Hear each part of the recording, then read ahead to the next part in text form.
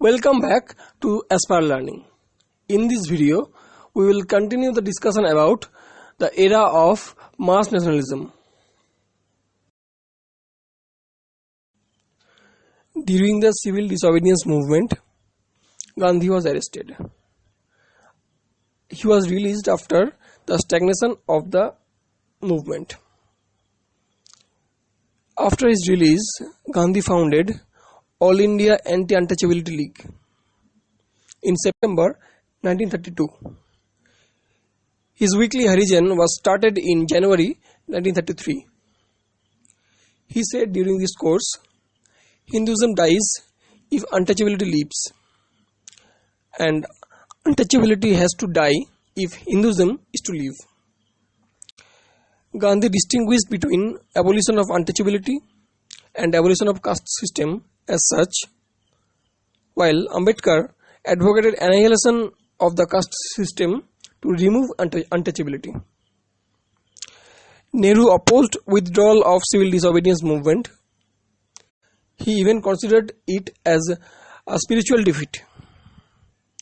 Nehru also opposed truce struggle strategy.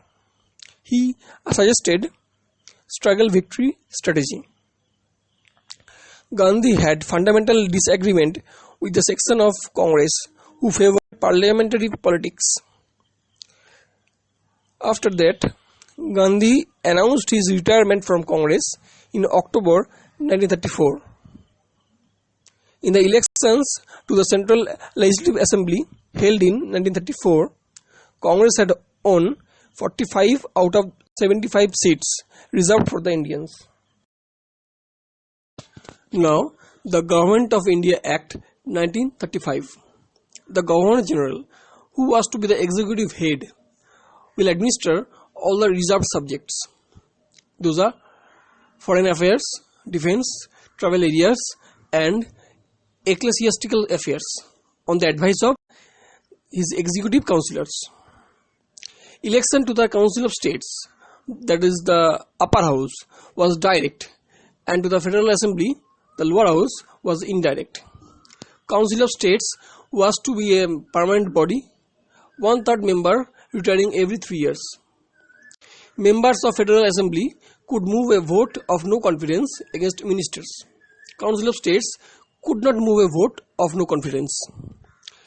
Central government continued up to 1946 as per the Government of India Act 1919. 80% of the budget was not votable. Governor General had residuary powers. He could restore cuts in grants, certify bills rejected by the legislature, issue ordinances, and exercise his veto. Provincial governments could borrow money on their own security. And in provincial legislatures, provincial and concurrent lists can be legislated. But 40% budget was not votable. We were provided with a car, all brakes and no engine, Nehru said regarding the Government of India Act 1935. The Act enfranchised only 14% of the British Indian population. The right to amendment of the Act was reserved with the British Parliament. Congress totally rejected the Government of India Act 1935. Provincial Assembly elections were held in February 1937. Congress formed ministry in 8 out of 11 states. They failed to form ministry in Sindh, Punjab and Bengal, although they emerged as a single largest party in Bengal. The Congress ministry resigned after 28-month rule on 23rd October 1939. Muslim League celebrated it as the Day of Deliverance. Now, the last lap for the Indian independence, 1939 to 1947.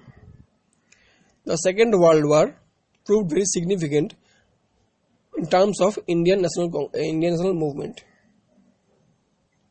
Gandhi advocated an unconditional support to the Allied powers.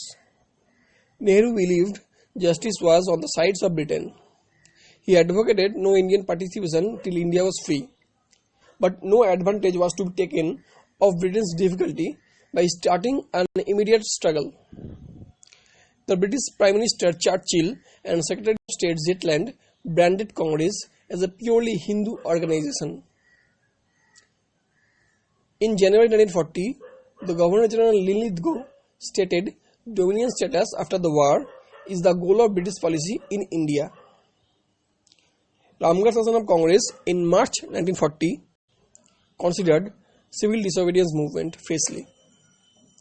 Subhash Chandra Bose proposed a parallel Congress. Linlithgow in August in 1940 proposed dominion status for India, expansion of Viceroy's Executive Council, Constituent Assembly mainly with Indians, and no future constitution to be adopted without the consent of minorities. Regarding this August offer, Nehru said dominion status concept is dead as a doornail. In July 1941, Executive Council expanded. 8 of 12 members were Indians. National Defence Council was set up with purely advisory functions. Now the individual satyagraha. The demand was the freedom of speech against the war through anti-war declaration. If the government did not arrest the satyagrahis, they would not only repeat it but move into the villages and start a march towards Delhi, also called Delhi Chalo movement. Acharya Vinoba Bhave was the first individual satyagrahi. He was followed by Nehru and Brahmadatta. Japan occupied Rangoon, the capital of Burma, in March 1942. In the same year, the Cripps Mission came to India. It was headed by Sir Stafford Cripps, with constitutional proposals to seek Indian support for the war. Cripps was a leader of the House of Commons and a left-wing Labourite who had actively supported the Indian national movement. The proposals of Cripps Mission: Indian Union with dominion status. It would free to decide its relation with the Commonwealth and other international bodies. After the war, Constituent Assembly would be convened to frame a new constitution. Option was available to any province to have a separate constitution, which was a blueprint for India's partition. Jawaharlal Nehru and Maulana Abul Kalam Azad were the official negotiators for the Congress. Gandhi said regarding the Cripps Mission, a post-dated check in a crashing bank, while Nehru said, few of us will become the Viceroy's liveried camp followers and look after canteens and the like. Now, the Quit India movement. Congress Working Committee accepted the idea of a struggle at Wardha on July 14, 1942. Quit India resolution was ratified at the Congress meeting at Gwalior Tank on 8 August 42. On 9th August, all the top leaders of the Congress were arrested. A few parallel governments were set up during this time. At Balia, it was under Chittu Pandey in August 1942. At Tamluk, from December 1942 to September 1944, organized under the Vidyut Bahinis. At Satara, Prati Sarkar was established from 1943 to 45. Leaders like Y.B. Chavan, Nana Patil